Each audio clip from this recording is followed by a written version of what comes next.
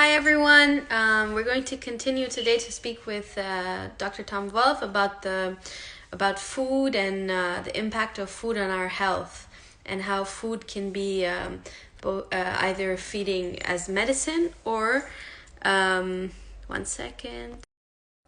Okay. Hi Tom.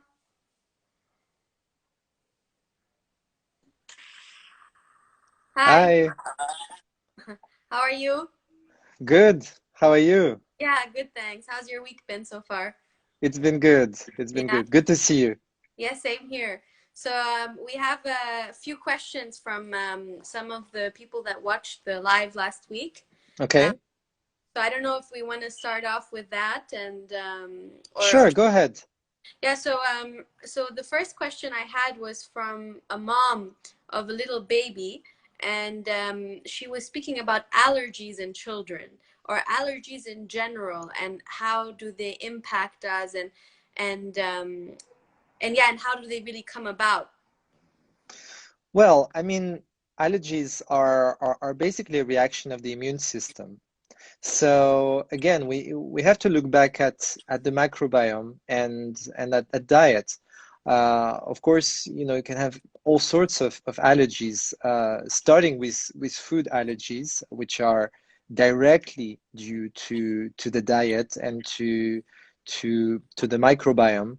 But we can assume that in general, any allergy reaction is due to some kind of inflammation. And going back to what we had discussed last week, eating cooked foods and mucus-forming foods such as meat or dairy or grains involve an inflammation in the gut, which is called digestive leukocytosis.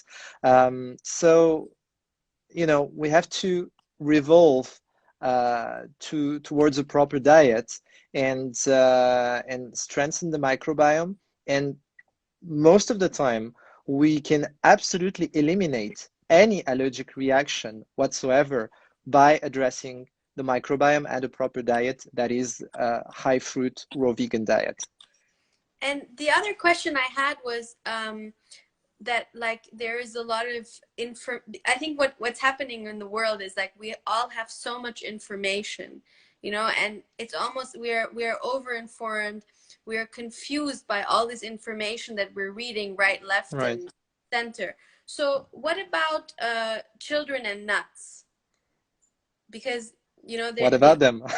yeah, like I mean, should they be eating nuts? Should they not be eating nuts? What about why are they known as high risk foods? Well, generally speaking, if we speak about raw, unprocessed organic nuts, they're Hmm. absolutely fine, but they go into the category of fats. So remember what we discussed last week is, generally speaking, we want our diet to be somewhere like 80-10-10, 80% carbohydrates from fruits, 10% fats, 10% protein from fruits and vegetables.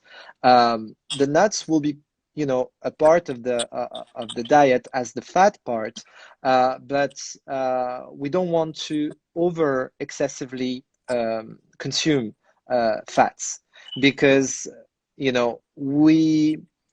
we have a very peculiar way of metabolizing fats, which is not as easily metabolized and digested as fruits, for instance. So we need a little bit of fats, but not too much. So generally speaking, throughout the week, if our intake of fats is anywhere between 5 and 10%, it's perfectly fine. And again, fats involve mainly nuts, seeds, and also avocado, which is a fruit, but it's a fatty fruit. Um, so now the kids reacting to nuts, if you speak of allergies, for instance, Yeah. like peanut allergy, for instance, which is so common in America, uh, there are two factors. One is the terrain, again, addressing the topic that we discussed last week. Yeah. That means, what is the terrain of that kid?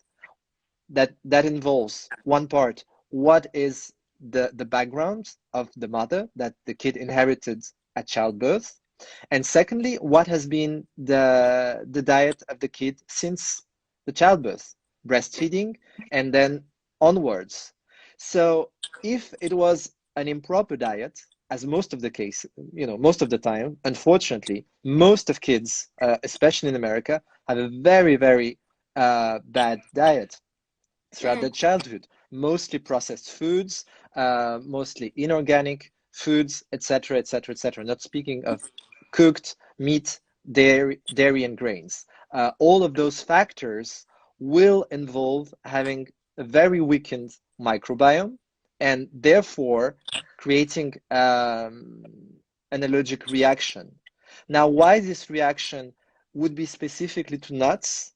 Again, there can be several reasons. One of the reasons is that most of the peanuts, for instance, in America, are very highly processed. Mm. They will be non-organic. They will have a high amount of pesticides from the beginning of the process. Then they will be cooked. Often they will be cooked in oil, processed with salt.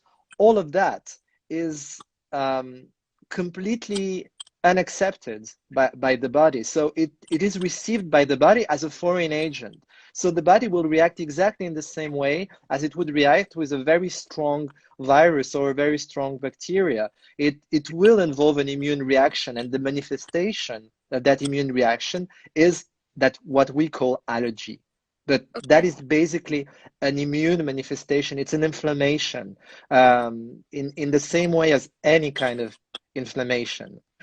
Okay, amazing. So I just wanted to mention everybody who's joining the live, you can ask any questions, and Tom will hopefully be able to answer all of them. Um, then the next question I had was about B12 and how does that impact a raw vegan diet? Yeah, actually, it's what I call a very common misconception about generally about the vegan diet, not even speaking about the raw vegan diet. Mhm. Um, Basically, it's a common misunderstanding that B12 can only be found in meat, dairy, and eggs, and some shellfish. But so they assume that when you have a vegan diet, and foremost a raw vegan diet, uh, you are lacking B12. Now, you can indeed lack B12, but you can lack B12 on a standard American diet as well. Why? Because B12 is actually not something that can be found per se in nature and in the food that you consume. B12 is a vitamin that is metabolized by the body. It is metabolized by the cows when they eat grass. That's one very good example. So the B12 is metabolized out of the soil because of the, shall we say, the microbiome of the soil. That is the whole organism system that is in the soil, which has minerals, but also which has bacteria. And when when this soil gives plants or grass, this grass, when it's metabolized by the body, it will produce B12. Okay. So because of our modern diet and the way our everything is processed, sprayed most of the time when it's not organic, but even the worst problem is that even when it's very pure and organic, oftentimes it can be grown out of a soil that is very poor. Mhm. Nowadays, with permaculture, uh, that changes. So permaculture, for instance, aims at cultivating fruits and vegetables in very rich soils. They call it living soils. Why? Because there is life in it. There is this whole bunch of microorganisms that live in the soil, and therefore the plants that they produce, they are very rich also in all the minerals and everything nature provided for us. Mhm. Therefore, when we consume food that has been grown in a rich living soil, we are able to produce all the B12 we need. And actually, we don't need very much of it. Therefore, we don't need supplements.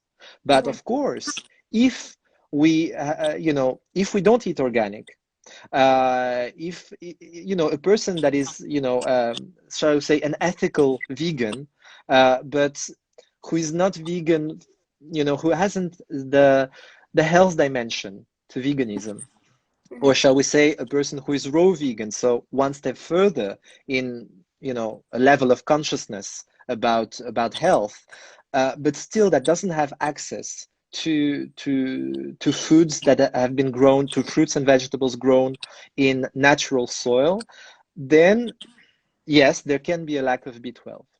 Now, whether this lack of B12 can be supplemented, that is very arguable, because again, B12 is not something that the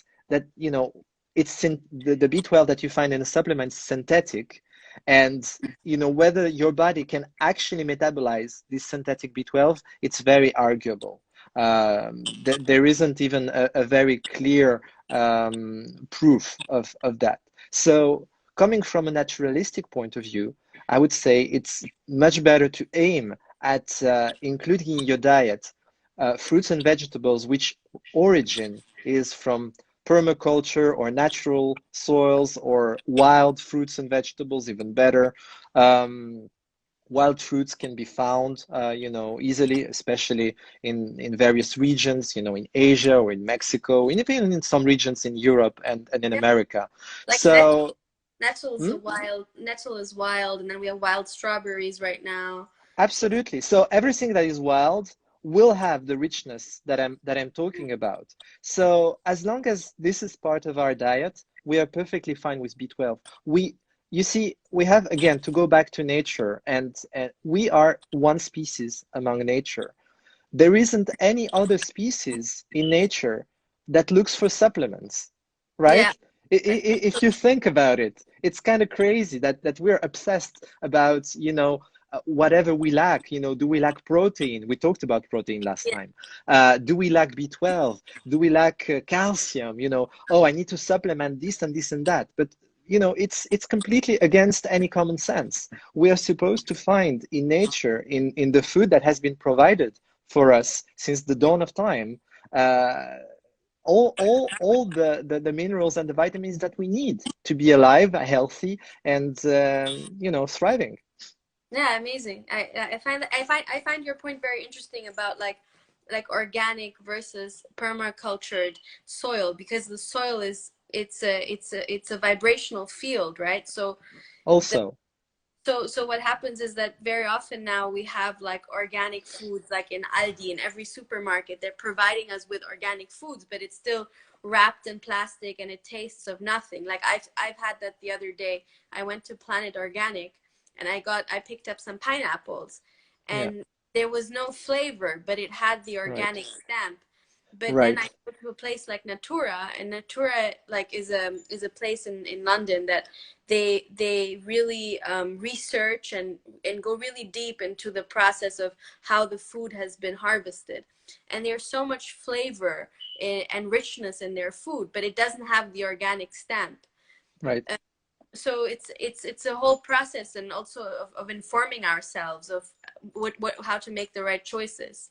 Absolutely, because you have to remember that unfortunately nowadays organic can be a processed organic. Even in the way that it's been grown, organic has been also unfortunately industrialized, Mhm. and even for instance in Spain, you have some wonderful, fantastic organic local producers and farms and everything. I mean, fruits and vegetable farms, obviously, Yeah. but also you have industrial organic, that is grown, for instance, all the food that is grown in water, hydroponic Yeah. methods of Yeah. growing. That's a method that grows well, but that is extremely poor in Mm. minerals, because our food is not meant to grow in water except algae. Yes. So for a tree to grow, for a fruit tree to grow, for lettuce to grow, for a cucumber to grow, for a tomato to grow, it needs soil. That's how it's been done in nature for So thousands that's and sun. hundreds thousands of years. So Yes. when it grows in water, they have to add, capsules of minerals and whatever to make it grow. But it's an unnatural process, and the result will be that the fruit or the vegetable grown in this method will be extremely poor in it will lack pretty much everything, not speaking of taste, but taste is a very good indicator. Again, for us, why we are a frugivorous species, a fruitarian species, because we are attracted naturally to the taste of fruits. When we taste this sweet taste, it naturally triggers something in us, some neuron trigger that makes us want to eat it, that feels like pleasure. And that happens, as we uh, talked the other day, last week, from very early on. Like a small child, you put a small piece of apple or any kind of sweet fruit in front of him, or you put, a piece of bread, he will naturally go towards the fruit, Mm. because we have been created as a species to want that. Yeah.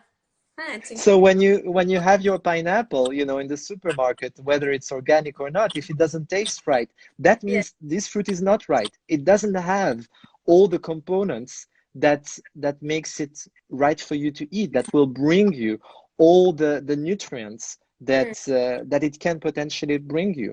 Unfortunately nowadays, pineapples, which is a fruit that cannot ripen once it's cut. So as Yes. you know, some fruits can ripen even if they're cut from the tree. For instance, banana, they will ripen uh, properly and they will have nutrients, although it's always best to ripen on tree. But the pineapple, for instance, it can only ripe on the root. So when it's cut ripe, it will have a sweet taste. Mm-hmm. It will be soft and sweet. And once it's cut, it will not ripe anymore. It will only slowly deteriorate. As Okay. soon as you cut it, it slowly starts deteriorating. This So, is for with instance, banana. people, This is with the banana. no, pineapple. Pineapple, pineapple. Sorry, I got that wrong. So people who buy a pineapple in the supermarket and they think they have to leave it on the shelf for a few days to ripen, that's a complete mistake because it will Okay. never ripen. It will only deteriorate. It will Oh, spoil slowly. okay. The bananas, you can buy them green and they will ripen and they will ripen well. So the pineapple, it has to be cut ripe on the tree. And that unfortunately becomes very rare because, again, with the industry, even in the organic field, people, try to optimize the production. So they cut the pineapples even if they're half ripe. Mm. And we buy those pineapples, and most of the time, when you open it, it will taste either acid or half acid, half sweet. But that means that it's basically not quite ripe. And if it's really unripe, it really tastes acid. It's actually it will be mucus forming, and it will involve inflammation. Again, why? Because our body is not meant to digest unripe food. Hmm. Very interesting. And because very often people also complain about like a prickly effect on the tongue or the throat when they Yeah, eat that's pineapple. unripe pineapple. Okay. Yeah, that makes if sense. you if you ever eat ripe pineapple, as you know, I, for instance, managed to order from Africa. uh, there are pineapples from Cameroon that are brought from Africa to France, and there is one farmer producer, local, that knows that he has to wait for pineapple to be ripe on the tree. And when you get those pineapples, they are sweet. They taste sweet. They don't leave this, acid feeling on the tongue. Yeah. And that's how I'm just pineapple gonna is supposed to be. I'm just gonna check here. There's some questions. So from Yep. Unusual Mentor, I've started the alkaline approach, but I'm noticing I'm not so hungry anymore. I fasted last night. How would you break the fast the next day? Okay, so we have to define what is this alkaline approach. But I assume this is a person who has been with us last week, and Exactly. if this person followed the advices of a raw vegan diet, high fruit diet, then very good. First, congratulations. It's a very good start. So the first thing, not being so hungry anymore, that's a good thing, right? Because why people are so hungry most of the time? Because the foods that we eat, they lack nutrients. Cooked food has very, very little nutrients for us. So our body thrives for nutrients, right? So when we eat even a lot of food that is very poor in nutrients, after a while, we're still hungry. Why? We have our body manifest this feeling of hunger because it has not received the amount of nutrients it seeks and the amount of nutrients it needs to function properly. What happens when you switch to a raw vegan diet, a high fruit diet? Fruits are charged with nutrients. They are nutrient bombs. So when you eat some fruits or any raw fruit or vegetable, they are so charged in nutrients that we are fuller um, quickly, but also we don't need to eat that often because the body has received all the amount of nutrients it needs. And when we learn to listen to our bodies, we actually don't need to eat that often. Most of the times, as I said, I'm eating in an 8 hour window, and I'm eating, most of the time 2 times in this 8 hour window. I don't feel the need. I can say I'm doing intermittent fasting, but it's not like I have to impose it to myself. It's just, my body doesn't need it. So this person who's has started this diet can experience that feeling of being less hungry, and actually it's fantastic. Then if this person happens to be a little bit overweight, like so many people nowadays, she or he will start losing weight also. But until the weight is stabilized in a harmonious way, depending on the height and the age and everything. But the raw vegan diet will help to stabilize everything, going back again to our normal, because normal is not one for everyone. It's like is individuality, right? And what And about then, yeah, sorry, I have a question. So, what about people who have autoimmune diseases? Very often they're told to go on a low histamine diet. yeah, And like this is something I personally went on last year, and I got violently ill from yeah, it. And actually, I had histaminic effects. So I was plant-based before that, but the doctor who was diagnosing me was like, look, you need to start eating meat. And I was like, what? Like, that's crazy. And he's like, yeah. yeah, but that's the only way that you're going to reverse this autoimmune condition. And yeah, and it didn't work. And so now here we are, and I'm doing the raw vegan, and it's working for me. So I would just like to ask you more about like low histamine diets, and what do you think about this? I don't think much about it. I mean, first of all, again, my point of view is that the term autoimmune is a complete and utter invention, Okay. and I don't believe that the body can do such thing as an autoimmune. The body can have an immune reaction. The body reacts to external environment, and that includes what we put into ourselves 3 times a day or more.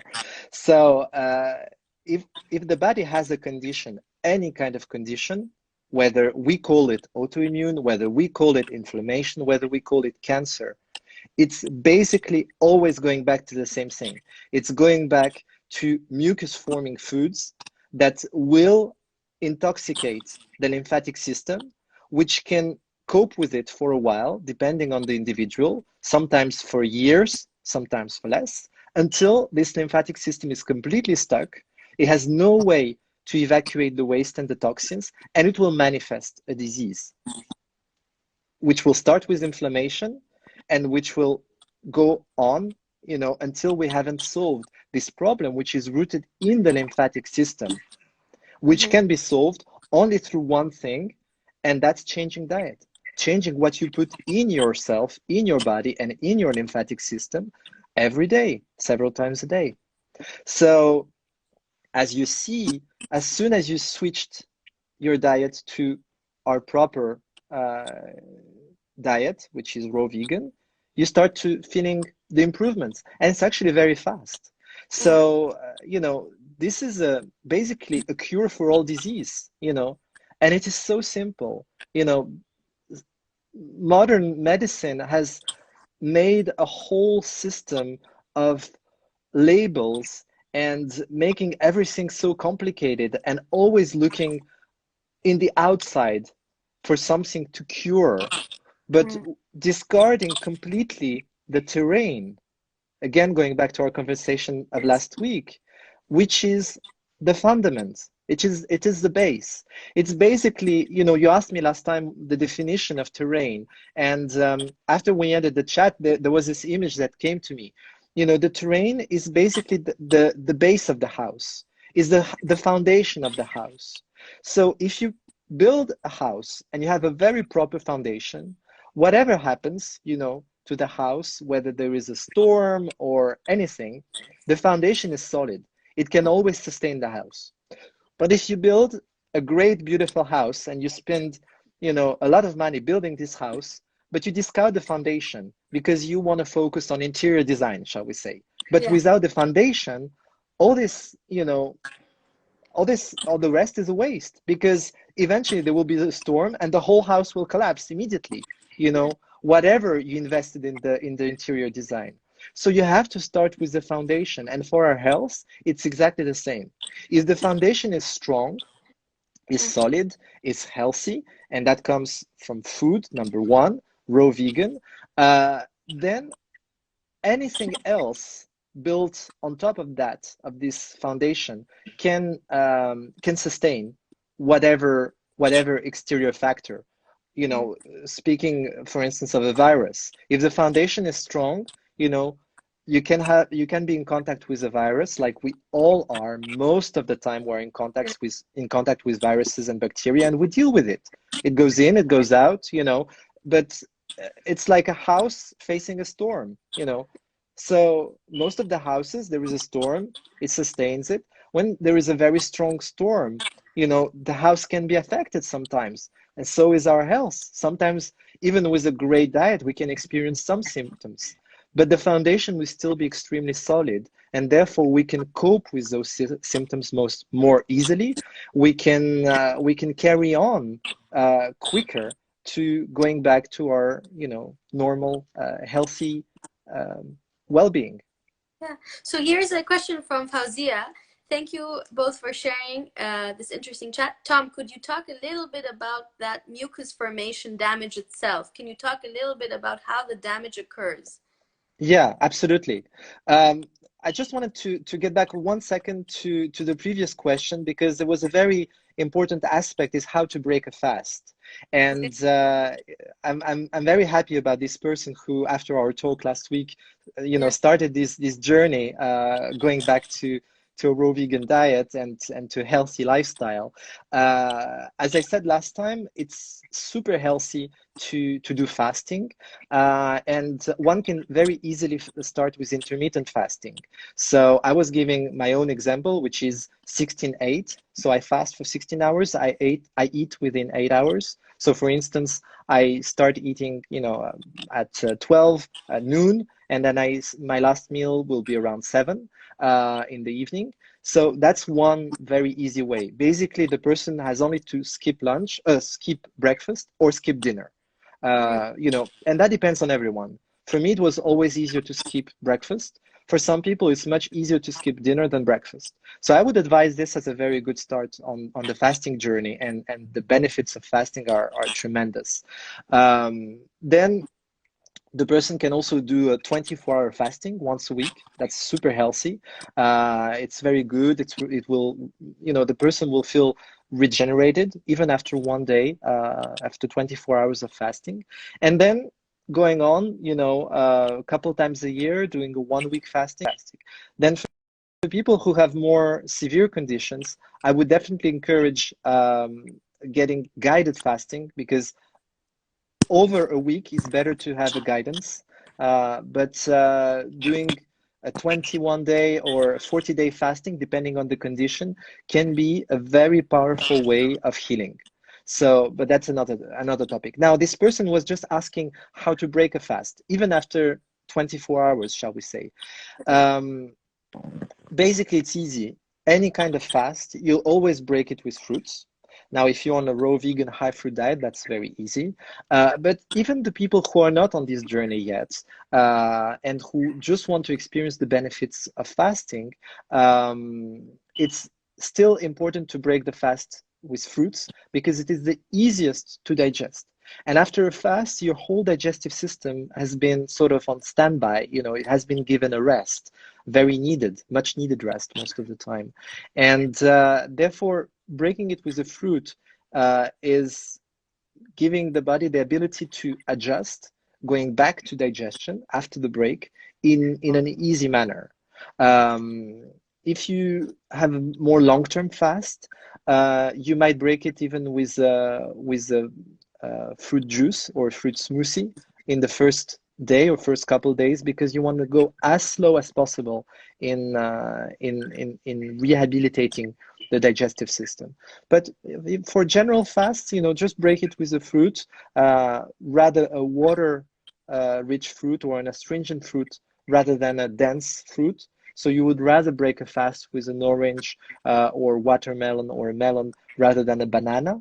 And you don't necessarily want to break it with a fatty fruit as well, like avocado. So the easiest fruits to digest are melons, watermelons and melons, and then goes the water-rich fruits and astringent fruits. So that would be the answer to this person about breaking the fast. Now, about the mucus, I just have to read the question again, how the damage occurs. Well, okay, so that goes back a little bit to what we already discussed last week, but I will rephrase it in a different way.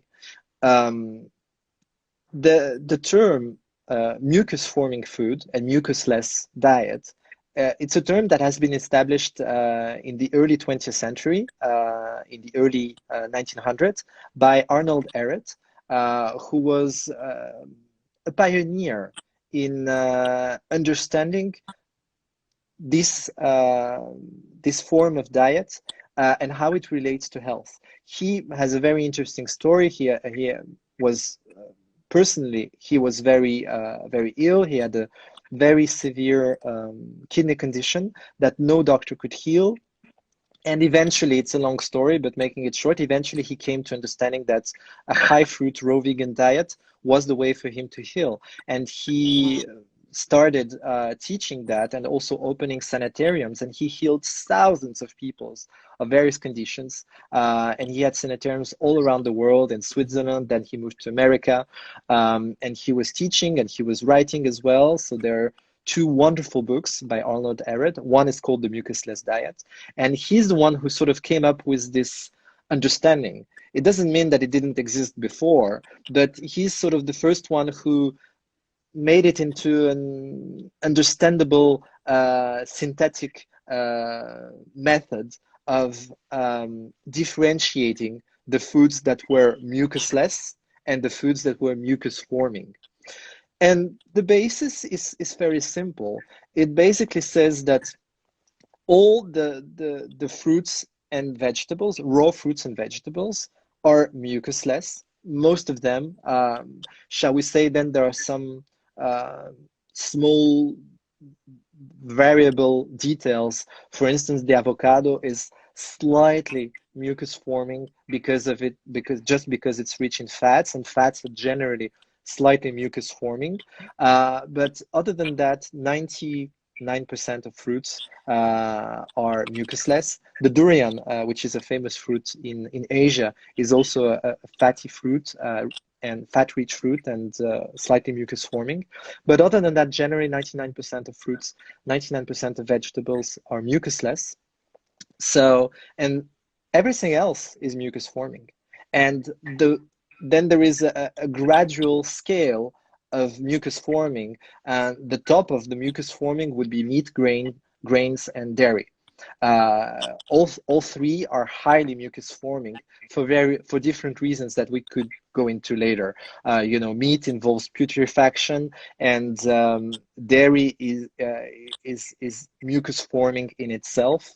So to explain it, if a person who drinks milk or eats cheese or eats butter or whatever kind of dairy will upon ingestion of this product, of the dairy product, the body will have a reaction, as we discussed last time, an inflammation reaction, digestive leukocytosis, which will involve creating mucus.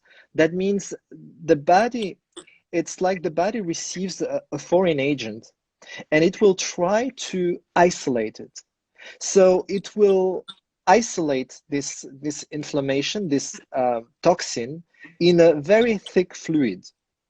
And the mucus is formed in this way.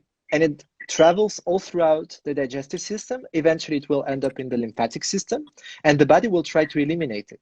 And the body will try to eliminate it through stools, through urine, or sometimes through utter mucus, like the mucus, from our nose, or sometimes from our ears. When people have any kind of ENT issues, it's mostly 99% of the time, it will be related to mucus. So basically, that's how it works. All those cooked foods will create mucus that the body will have more or less an ability to eliminate, depending on the individual. And it is easy to stretch that logic all throughout to cancer. A tumor is basically an incredibly thick and solid amount of mucus that the body has isolated, in order to deal with this amount of toxins and try eventually to remove it. But if it has a hard time removing it, it will isolate it. And that will form what we nowadays call a tumor. Now, again, if you have this understanding, it's a completely different understanding of disease and how to treat and how to address it, right? So going back to the question of this person, how the damage occurs, this is how it occurs. It occurs gradually. For instance, if you have someone who is very clean, who has eaten raw vegan, for several months or years, and occasionally eats a piece of bread, it won't be a big deal, because the body is so clean. Most of the time, granted, the person might not want or not be attracted to a piece of bread, but if even if it happens, the reaction will be so small. Basically, I can give you an example. If I ate a piece of bread, which happened, once in a blue moon, throughout my journey of being raw vegan for a year, at first I would feel it immediately, whether before I would not feel anything because you're not sensitive. But now I would feel it immediately. I would have, somewhat, need to blow my nose, for instance, in the next few hours. And then that's it. 2 days later, everything is going back to normal. And as I mentioned last time, I was a child with chronic sinusitis and chronic asthma, both conditions very much related to mucus. So to me, getting out of that state of having, chronically and daily to expectorate and to blow my nose, is somewhat a miracle, and it is due to changing the diet. So that's to explain how this whole mechanism of the mucus food functions. And, I understand also that in our lives and in our social lives, if we live in cities and in the West nowadays, it's difficult to sustain this diet while also sustaining, a social life. So that's what I'm saying, is that it's okay to, to drift apart of this right diet once in a blue moon, for various reasons. Now, I would differentiate the two reasons, one being the social reason, and the other reason would be the cravings reason. And that is completely Yes, different because the cravings. person who craves, that reflects an imbalance in the microbiome, and that oftentimes will reflect parasites. The person who doesn't crave, but who can deal with it, that would be my case. Like, I don't crave bread, but I can deal with it if I'm in a social environment where I have to have a piece of it. Um, I would accept having a piece of it and I would deal with it. And I know how my body deals with it. And I know that if it's just one piece, in 24 hours, it's gone and I know how to deal with it. But, Can we if yeah, can we talk a little bit more about cravings? Because see, like when I talk about like of cutting things out, people are like, oh, but I couldn't do it because I would just crave it. And me personally, I've yeah, had such a journey with cutting out so many things, of and course. it's also the memory, right? Like Yeah, you're craving and you're responding to a memory, so you're craving that. yeah, yeah. Well, it's easy. We all have been brought up for years, and depending on the people, for a certain amount of years, eating the wrong kind of foods, unfortunately. No one to blame. Our parents didn't know about it. Society doesn't teach it, unfortunately. And it's just starting to get more and more understood and commonly known. So we had years of background of eating cooked foods and all sorts of foods. So when we make this shift, which can be done, you know, to the extreme, in a positive extreme, like from one day to the next, switching to a raw vegan diet, perfectly fine. Or can be done also gradually as a transition. We can transition towards a raw vegan diet. And the cravings are sort of part of this journey. Why we have cravings? Because of the microbiome. Because our microbiome, as we discussed last time, um, reflects what we eat. Our microbiome is basically a reflection of the good bacteria born from the food we eat. If we eat mostly cooked foods, as we said last time, the microbiome would be rather poor and weak. But also, there is a very particular, and that's a fascinating aspect that science just starts to discover. There has been recent studies over the past couple of years about the microbiome highlighting this part, which I find fascinating because science is only starting to unravel this whole world of the microbiome. And those studies revealed that the the microbiome is a world, shall we say, a galaxy of several thousands, sometimes millions of different kinds of bacteria. And this is not random bacteria. Um, we can call it bacteria, we can call it cells, it doesn't matter, the label. But if we call it bacteria, good bacteria, it will have a very specific function and a very specific type. And digesting cooked food and certain kinds of foods, even within the realm of cooked foods, will request a very particular type of bacteria. Now they're giving them names, but again, it's what's important is understanding the logic behind it. What happens when we transition? It's a very, very different kind of bacteria that is required to digest fresh fruits and or, raw vegetables. So when we change our diet, but that's regardless of anything, like when one person changes their diet, just for instance, take a person who ate a lot of meat and never ate fish, and they will start eating fish and stop eating meat. Or a person who never ate, legumes in their diet, and suddenly they will start to eat legumes. And furthermore, if we switch from a cooked diet to a raw diet, what happens is this microbiome has to adjust. So those specific bacteria that have been in place so far for those specific kind of foods that they have been used to for years or months and years, they will start to decrease, to disappear, to die basically. And our body will start to produce those new bacteria that are adapted and requested for this new kind of food that we have not been accustomed to and that we have now to deal with.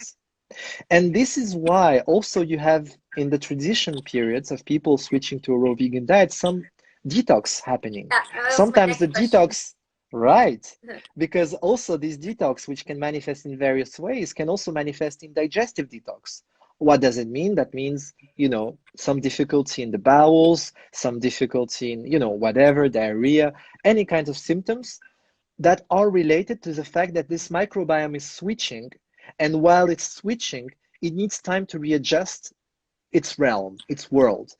It needs time for those old bacteria to die off, and for the new bacteria, which are a completely different type, shall we say, they speak a completely different language. They have to populate the microbiome. So they will start gradually. In the beginning, there will be very few of them.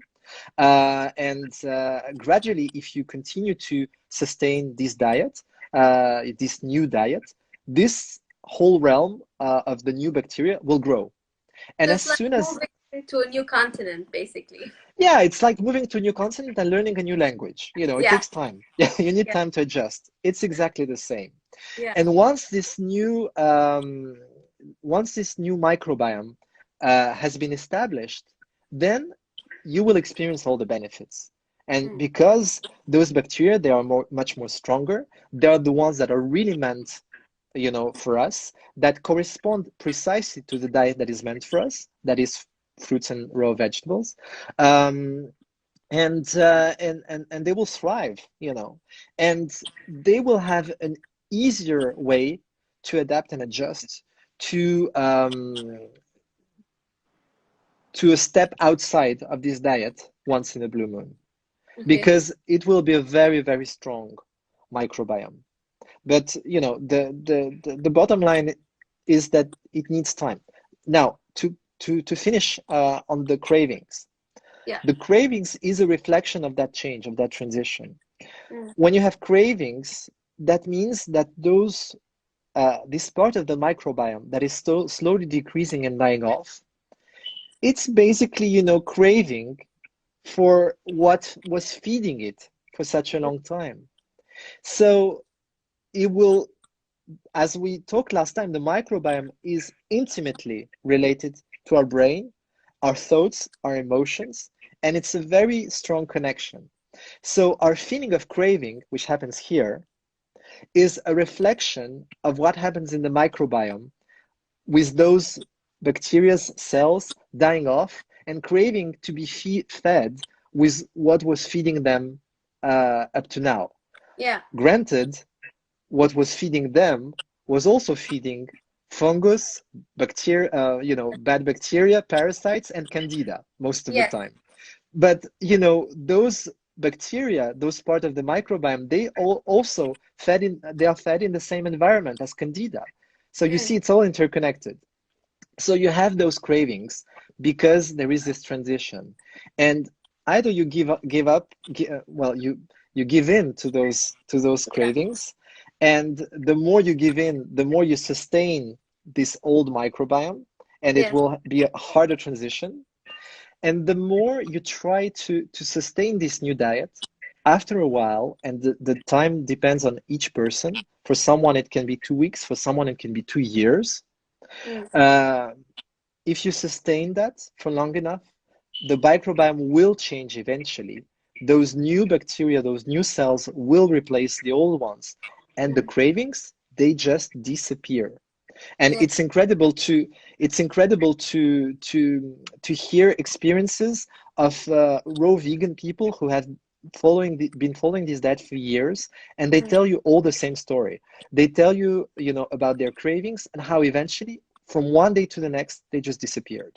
Yeah, You it's know, really interesting. I'd like to share like quickly there's this bakery that I love, and they make gluten-free, sugar-free banana cake, but it still has flour and it's baked. it's And cooked. yeah, exactly. So Yeah. at the beginning of when I started this, I'd have these crazy cravings, and now I go to just pick up a fresh almond milk, like a raw almond milk, and I look at banana cake, and I have no cravings.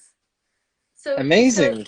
yeah, but it took like 2 months, of consistent And like that's good. 2 months is yeah. good. So there's two questions.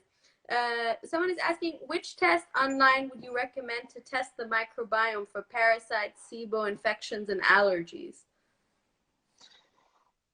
Well, I mean, why would you need a test? Your test is very easy. If you eat cooked foods, there is 99.9% of chances that you will have some kind of fungus, some kind of parasite, some kind of candida. That's very easy. It's a no-brainer. So why would you need to test? You know, switch your diet, go on transition towards a raw vegan diet. The bacteria and the fungus cannot survive in an alkaline environment. So if your food is a very alkalinizing food, that is raw fruits and vegetables, after a while, once this transition has been done and once the microbiome has adapted and everything, the fungus and parasites will be naturally eliminated. You don't need to do much.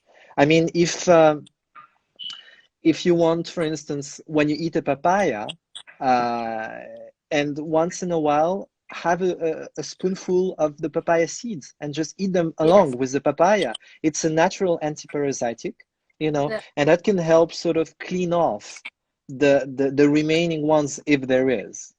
mm, But having a diet, a standard diet of cooked food and doing antiparasitic treatment, to me, is not doing much because, okay, you can test for parasites. You will have a result that you have parasites most of the time. And then you will treat those parasites while continuing to sustain a cooked food diet or eating meat and fish and dairy and eggs. That involves those parasites will go back as soon as your treatment is over, because they are a result of your diet, basically. So we have to go back to the terrain. We have to go back to the origin. And therefore, I would, not spend the money doing any kind of test, you know, if you don't intend to switch your diet. so then, thank you. Question would be, would you have 3 tips on how to manage this diet with your social life? Like just trying to bring in another question. I would just say like the top 3 tips you would have. Yeah, but okay, that part is not easy. I Yeah. have experienced it. I mean, living in Paris, it's not easy because your whole life revolves around meeting people around food for either social or work, and it's not easy to adjust, but it's doable. I mean, for instance, okay, I switched from having, business lunches to having just, business drinks where I would order a fresh squeezed orange juice, hopefully organic, while having a work meeting. So that's one of the changes that I made. So switching to the way I meet people. And when I get into a lunch or dinner, whether social or work, you always can find a salad. You always can order some greens, raw greens. Um, you won't find fruits most of the time. I mean, unprocessed, uncooked fruits in restaurants. But you can have a plate of pineapple sometimes. You can have a plate of fresh cut fruits. Granted, you don't want to mix that with any other kind of foods, as we talked last time. But you can adjust to the social aspect. But it's all a question of priority.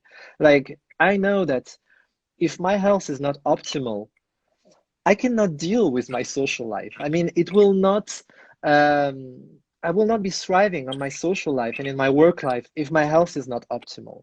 So if Mm. I need for my health to be optimal, to have this kind of diet, which I'm thriving on for a year now, and adjust my social life and my work life, in terms of how food is involved in it, I would much rather do these small adjustments than a compromise with my health while maintaining a way of eating that is wrong for me. So it's all a question of choice and priorities, but it's doable. It's very doable. There are lots of people who are turning raw vegan and they adjust, you know. You always can find a salad. Great. Well, thank you so much. We're nearing the end of our hour. Yeah, it's my pleasure. And I think we learned a lot from you today, and we hope to have you Thank soon you. again with us. Thank you so much. Always with pleasure. Thank you, Priyanka. Take See you. care. Bye bye. Bye.